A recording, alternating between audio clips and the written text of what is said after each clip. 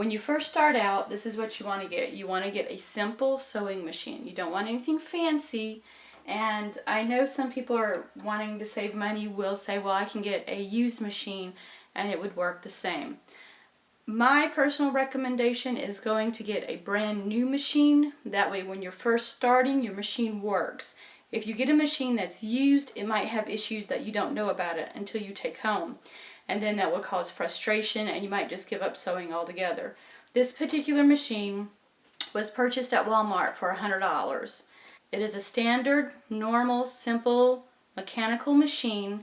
There are no computerized parts on it that I'm aware of.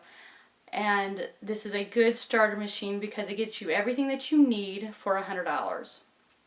This machine has a drop-in bobbin, which is something that I also recommend because bobbins that go in through this way are a lot more difficult to take care of and to adjust your tension on if you need to. So I always recommend the bobbin going in at the top. Also, there is another video that I had made earlier doing a quick, like extreme basic sewing machine video. Click the button in the upper right hand corner and you can see where this particular machine, I talk about this particular machine, how to do the bobbin, what the gadgets are all for here, and everything else. When you buy a sewing machine, it will come with not only instructions, but most of the time it'll come with a DVD showing you what your machine can do. But as a basic, what you need the most, you need a straight stitch and a zigzag stitch. That's to get you started. All these extra stitches, some of them are utility stitches, which are things you need, and some of them are just fun stitches for decoration and stuff like that. Once you have your sewing machine picked out, you've got a simple sewing machine. As a starter, you don't need anything huge. You can always upgrade when you feel like your skills have hit the top for that particular machine. You can always upgrade to a better machine. But one of the first things you need is your pattern. Now this is an easy pattern that I have here. It's nothing major, and it says easy 1 hour on it, meaning the instructions on the inside are going to be super simple. There aren't that many pattern pieces to it, and you're going to be able to do this with an hour.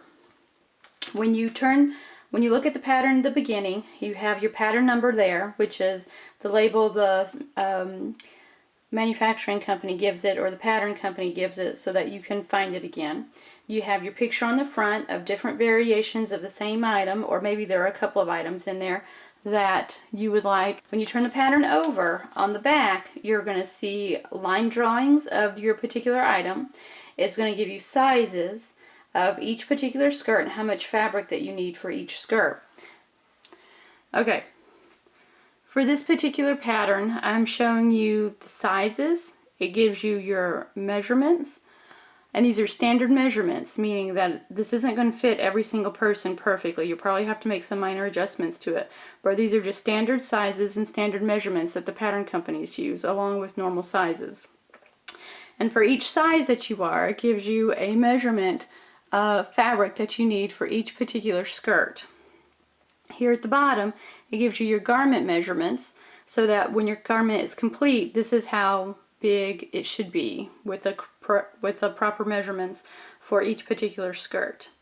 At the bottom, it gives you suggested fabrics. Suggested fabrics are the things that would most work with this particular item. It says cotton, cotton blends, crepe, rayons, linen, linen blends, wool, wool blends.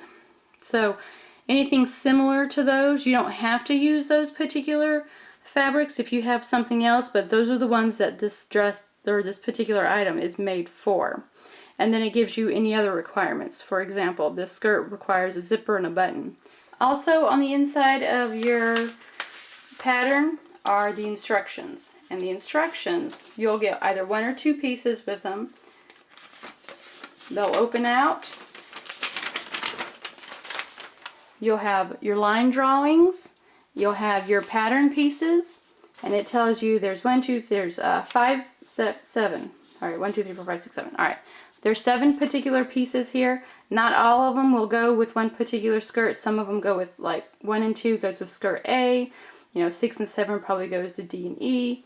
And then you have your layout. So down here at the bottom it tells you how you're supposed to lay out your pattern pieces on the fabric.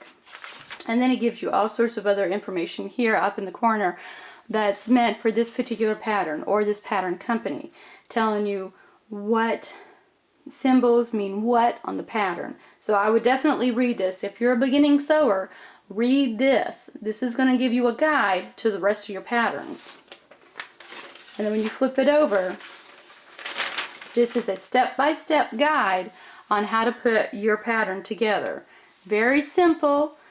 If you have any questions, you need to refer back to the front, or find somebody online who has done this particular pattern who can help you out. There are a ton of sewing groups on Facebook that if you join, you can ask questions and no one has any problems answering questions that you might have. But all your instructions are in here. So when you buy your pattern, you are allowed to pull out the instructions and look over your instructions before you purchase. So remember that. Don't just buy the pattern because it looks cute on the front of the thing. You can, while you're in the store, pull out the instructions, see if you can follow them, and see if there's anything else you need to make your particular item. Moving on, once you have your pattern picked out, then you get to go look for fabric. Now this particular fabric, I'm just making a skirt for my daughter for her costume. She has a costume that she needs for school, so I'm not using that pattern. But this is just regular cotton quilting fabric. You can find this at Joann's, Walmart, Hobby Lobby.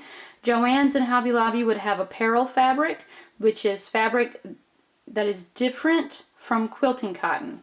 Quilting cotton is like this. It's very thin. It's very cute. You can make clothes out of this. They just won't wear as well. I certainly have plenty of shirts made out of quilting cotton because of the novelty prints and things like that are really cute. But if you are looking to make a suit or a business skirt or a cardigan or anything that is something other than quilting cotton, you would need to go look at Joann's. You can look at Hobby Lobby. You can look for fabric.com. None of these places are asking me to talk about them, but I'm talking about them because you guys need to know where to get the fabric at. So after that, once you have your fabric, you get home, you have your sewing machine, you have your pattern, you have your fabric. Now you need your tools. So one of the first tools you need is a measuring tape. So your measuring tape and your rulers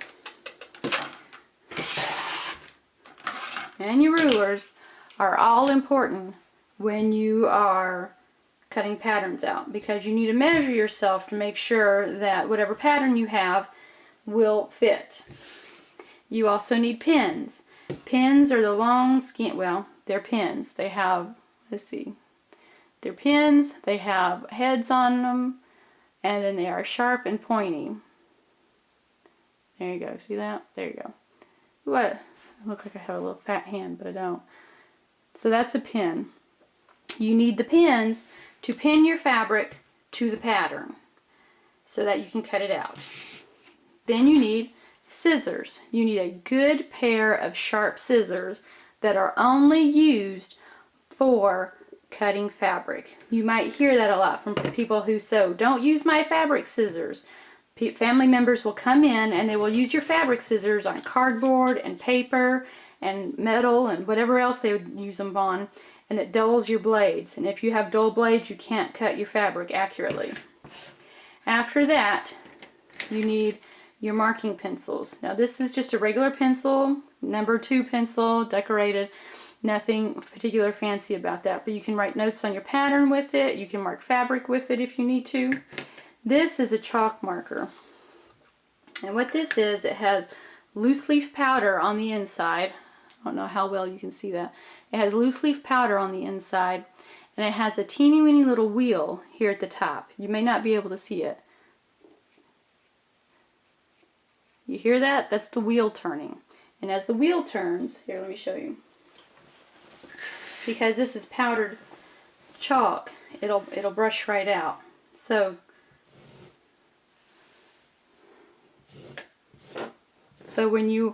if you want to trace your pattern out, you can mark around it with a chalk marker, and then all the chalk will either wash away or it'll brush out, and then you don't have to worry about it anymore.